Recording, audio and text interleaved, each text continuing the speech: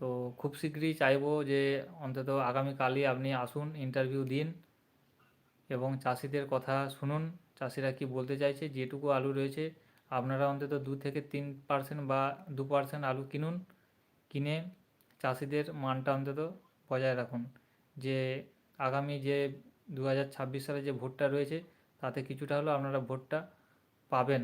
নাহলে কিন্তু যেভাবে মানুষ লস খেয়েছে, চাষি থেকে, সংরক্ষণকারী থেকে, ব্যবসায়ী থেকে, আগামী দিনে কিন্তু আলু কেনার মতো আর ব্যবসায়ী খুঁজে পাওয়া যাবে না। এই মুহূর্তে আপনাদেরকে দেখার অনুরোধ আমি জানাচ্ছি যে একটু দেখুন, শেষের দিকে অন্তত কিছুটা যদি আপনারা আলু কিনেন তাহলে কিন্তু দামটা প্রায় এক ধাক্কায় 100 টাকা বা 150 টাকা বেড়ে যাওয়ার চান্স রয়েছে।